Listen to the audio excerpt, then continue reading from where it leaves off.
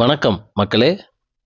நீங்கள் பார்க்குற இந்த செய்தி என்ன அப்படின்னு பார்த்தீங்கன்னா, பீகார் மாநிலத்தில் சாலைகள் அமைக்க 4447 கோடி 4 வழிச்சாலை அமைக்கவும், அதே மாதிரி ரயில்வேயை பொறுத்த மட்டும் ஒரு 83 கிலோமீட்டர் அதுக்கு இரட்டை வழிப்பாதை சிங்கிள் லைனாக இருக்கிறத டபுளிங், அதாவது சிங்கிள் லைனாக இருந்தால் கிராசிங்கில் அடிபடும் பார்த்தீங்களா, அது இல்லாமல் டபுளிங்காக இரட்டை வழிப்பாதை ஆக்குறதுக்கு மீதி ஒரு 3000 கோடியை சேர்த்து இன்றைக்கி ஒரு 7000 கோடி பீகார் மாநில வளர்ச்சிக்காக மத்திய அரசு ஒதுக்கியிருக்கு.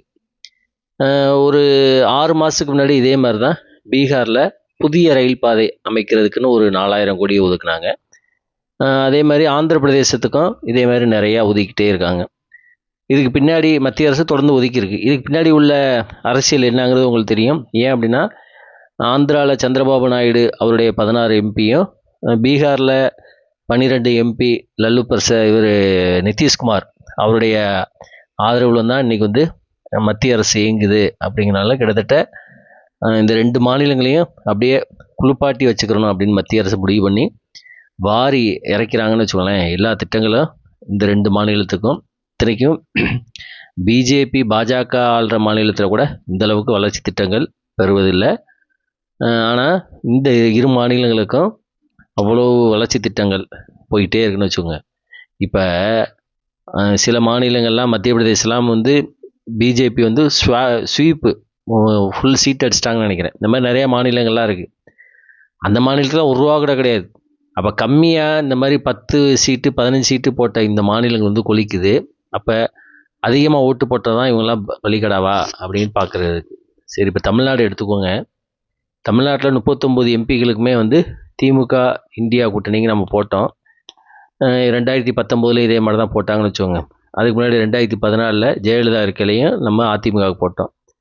அப்போ தமிழ்நாடு மத்திய அரசில் பங்கு வைத்து கிட்டத்தட்ட 14 ஆண்டுகளாச்சு. 2011க்கு அப்புறம் அந்த UPI 2 காங்கிரஸ் கவர்மெண்ட்டில் ஆட்சி அதிகாரத்தில் இருந்தாங்க மத்திய அரசில். அதுக்கப்புறம் அந்த இலங்கை அந்த ஈழ பிரச்சனை காரணமாக ரிசைன் பண்ணாங்க. அதோடு அவ்வளோதான். அதுக்கப்புறம் மத்திய அரசில் பங்கு வகிக்கிறதுனா மத்திய அரசோட எந்த விதமான தமிழ்நாட்டை சேர்ந்த அமைச்சர்கள் மத்திய அமைச்சராக இருந்ததில்லை. அதாவது தமிழ்நாட்டை சேர்ந்த அமைச்சர்கள் மத்திய அரசு இருந்தால் தான் பல திட்டங்கள் என்ன செய்ய முடியும், நாம் கொண்டு வர முடியும். இப்போ இதுதான் இங்கே உள்ள பிரச்சனையே. இப்போ கடந்த 14 ஆண்டுகளாக தமிழ்நாட்டில் ரயில்வே மட்டுமே கிடையாது, எந்த ஒரு மத்திய அரசு திட்டங்கள் செயல்படுத்துவதில்லை. உடனே இவங்க சொல்லுவாங்க, ஜல்ஜீவன் ஸ்கீம் கொண்டு வந்தோம், அந்த ஸ்கீமுக்கு பணம் கொடுத்தோம், இந்த ஸ்கீமுக்கு பணம் கொடுத்தோம். இதெல்லாம் கட்டாயமாக மத்திய ஃபினான்ஸ் கமிஷன் நிதி குழு ஒதுக்குறது. அதுபோக சில திட்டங்கள் ஒவ்வொரு மாநிலத்துக்கும் கொடுக்கணும். அந்த மாதிரி கொடுத்தா தான் அந்தந்த மாநிலங்கள் வளர்ச்சி அடையும். இப்போ பார்த்திங்கன்னா தமிழ்நாட்டில் எனக்கு தெரிஞ்சு கடந்த 15 ஆண்டுகளாக ஒரு புதிய ரயில்வே திட்டங்கள் கூட நிறைவேற்றப்படவில்லை.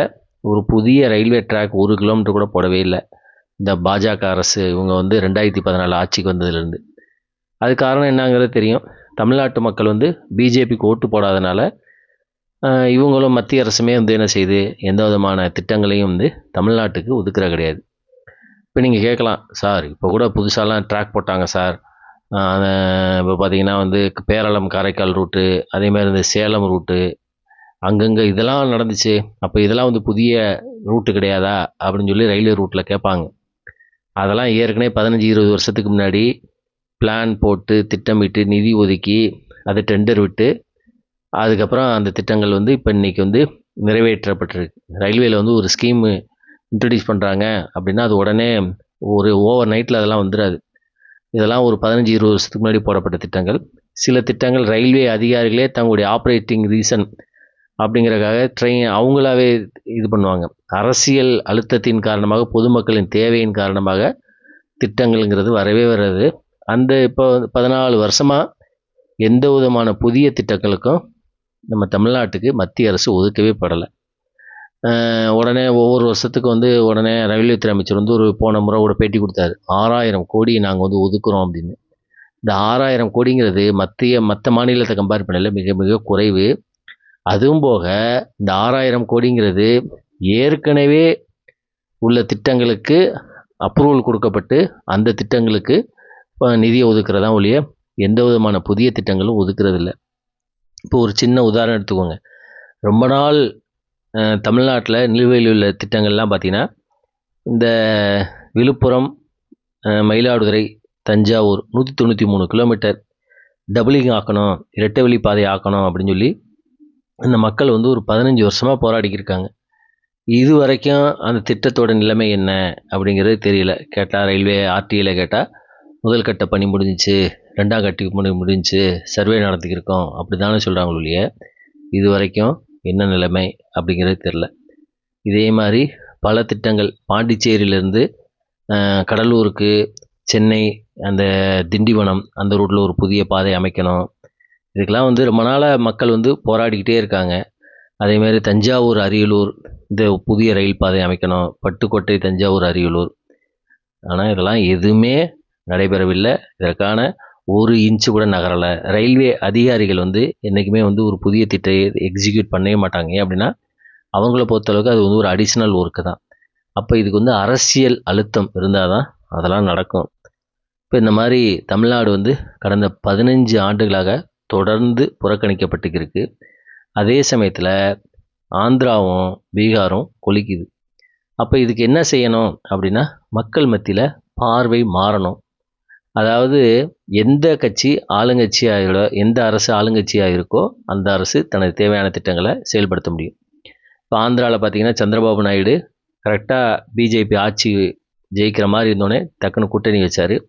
16 எம்பிக்களை வெளியிலிருந்து ஆதரவு கொடுக்குறாரு. தனது மாநிலத்துக்கு தேவையான அத்தனை திட்டங்களை செயல்படுத்திக்கிறாரு. இப்போ தமிழ்நாட்டில் நாம் என்ன செய்கிறோம்? தமிழ்நாட்டில் பாஜக உள்ளே பூந்துரும், பாஜக வந்து அழிச்சிரும் அப்படின்னு சொல்கிறாங்க. தமிழ்நாட்டில் உள்ளே பூந்து அழிச்சது ரைட்டு. அப்போ இந்தியாவில் பாஜக இருக்குது, அதை விரட்டி அடிக்க வேண்டியதானே? அதையும் அவங்களால முடியலை. அப்போ இதெல்லாம் வந்து இந்த நாசமாக போன திமுக இருக்குது பார்த்தீங்களா, திமுக, திக, இவங்க பண்ணுற சதிகள் தான். இவங்க வந்து என்ன செய்கிறது, தான் வாழணும், அடுத்த வந்து இப்படி கெட்டு போனான்னு. அதுதான் இந்த அரசியல் விழிப்புணர்வு இல்லாமல் உடனே 4 தருதல் உடனே கேள்வி கேட்கும். பாஜக வந்தால் அவங்களுக்கு தெரியுமா பாஜகன்னு? இந்தியாவிலே அவன் தாண்டா ஆட்சி செய்கிறான். நீங்கள் இருக்கிற இந்த தமிழ்நாடு எங்கே மட்டும் என்ன அப்படியே அண்டார்டிகாவில் இருக்கா, இல்லை ஆப்பிரிக்காவில் இருக்கா, இல்லை ஆஸ்திரேலியாவில் இருக்கா? இந்த தமிழ்நாடு அந்த இந்தியாவில் தானே இருக்குது. அந்த இந்தியாவோட மத்திய அரசு யார் இருக்கா? பாஜக தானே இருக்குது. ஏன் இப்போ வேணால் தமிழ்நாடு எங்களுக்கு வேணாம், பாஜக மத்தியில் இருக்குது அப்படின்னு சொல்லி வெளியில் வர வேண்டியதானே? அது ஏன் செய்ய மாட்டேங்கிறீங்க? அப்போ இது வந்து ஒரு பூச்சாண்டித்தனம். இது வந்து என்ன சொல்கிறது, உடனே வந்து இவர் வந்து சங்கி, நீ என்ன மயிர வேணுமான்னு சொல்லு, என்ன சங்கின்னு சொல்லு, என்னன்னு சொல்லு, அதை பற்றி இல்லை. இப்போ இன்றைக்கி தமிழ்நாட்டில் எந்த ஒரு திட்டங்கள் வராமல் போகிறதுக்கு காரணம் நாம் நம்முடைய அரசியல் விழிப்புணர்வு. அது மத்தியில் எந்த நாசமாக போன கட்சி எந்த கட்சியாக இருந்தான்னு, அது காங்கிரஸாக இருந்தாலும் சரி, பாஜகவாக இருந்தாலும் சரி, நமக்கு அது தேவை கிடையாது. ஆனால் மத்தியில் அங்கம் வகித்தால் தான் நமக்கு திட்டங்கள் கிடைக்கும். அதனால தான் நம்ம வந்து என்ன செய்கிறோம், எந்த விதமான வளர்ச்சி திட்டங்கள் தமிழ்நாட்டில் எதுவுமே கிடையாது. கடந்த 15 வருஷமாக என்ன திட்டங்கள், ஒரு ரயில்வே ஒரு புதிய ட்ரெயின் வாங்குறதுக்கு நம்ம போராட வேண்டியதாக இருக்குது. யோசிச்சு பாருங்கள், எல்லா ட்ரெயினும் சென்னையிலேருந்து வடக்க தான் போகுது. இப்போ கூட ஒரு ட்ரெயின் வந்து ஐயா மோடி வந்து ஓப்பன் பண்ண போகிறார், அம்ரித் பாரத் எக்ஸ்பிரஸ்ன்னு சொல்லி. அம்ரித் எக்ஸ்பிரஸாக ஏதோ ஒன்றுன்னு வச்சுக்கோங்க. ஈரோடுலேருந்து அது எங்கே போகுது? பீகாருக்கு தான் போகுது. ஏன் அதே ட்ரெயினை ஈரோடுலேருந்து கன்னியாகுமரிக்கு ஓட்டுங்க, இல்லை கன்னியாகுமரியிலேருந்து சென்னைக்கு ஓட்டுங்க. அது இந்த கதையை கேட்டால் அது ரொம்ப கொடுமையாக இருக்கும். வந்து ஒரு 15 கோச்சு 10 கோச்சு இந்த அம்ரித் பாரத் எக்ஸ்பிரஸ் ட்ரெயினை ரெடி பண்ணிட்டாங்க. எல்லா மாநிலத்திலும் அது இயக்கப்பட்டு சென்னையில் உள்ள இந்த ரேக்கு மட்டும் ஐசிஎஃப் அப்படியே பயன்படுத்தாமல் வச்சுருந்து, அதுக்கப்புறம் இந்த ஆர்டிஐலாம் தகவல் கேட்டதுக்கப்புறம் இன்றைக்கி வந்து அது வந்து ஒப்புதல் கொடுத்து அது ஓட்டுறாங்க. அது எங்கே ஓடுது? ஈரோடுலேருந்து பீகாருக்கு ஓடுது. இவ்வளோ தான் அரசியல் புரியுது. அப்போ இது வந்து மக்கள் மத்தியில் என்ன செய்யணும், எடுத்துகிட்டு பார்க்கணும். மத்தியில் எந்த கட்சி ஆட்சி வந்தாலும் சரி, அந்த கட்சியில் அது பாஜகவாக இருந்தாலும் சரி, காங்கிரஸாக இருந்தாலும் சரி, அதில் வந்து என்ன செய்யணும், அங்கே வைக்கணும். அப்போ தான் நமக்கு தேவையான திட்டங்களை பெற முடியும். அப்படி இல்லாட்டினா இன்றைக்கி மாதிரி இலவு காத்து கிளி மாதிரி காத்துக்கிட்டே இருக்க வேண்டியதான். பீகார் அள்ளிட்டு போகுது, ஆந்திர பிரதேஷ் நல்லா வளர்ச்சியை நோக்கி போய்க்கிருக்கு. ஆனால் நம்ம 39 எம்பிகளும் பார்லிமெண்ட் கேண்டீனில் டீ சாப்பிட்டு வடையை சாப்பிட்டு பாசிச பாஜக ஒழிக அப்படின்னு சொல்லி பேட்டியை கொடுத்துட்டு அமைச்சர்களை பார்த்து மனு கொடுத்துட்டு வர வேண்டியதான். இப்படியே புலம்பிக்கிட்டே இருக்க வேண்டியதான்.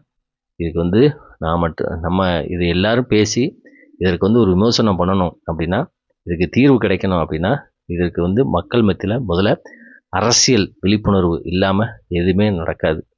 தொடர்ந்து பேசுவோம். நன்றி, வணக்கம்.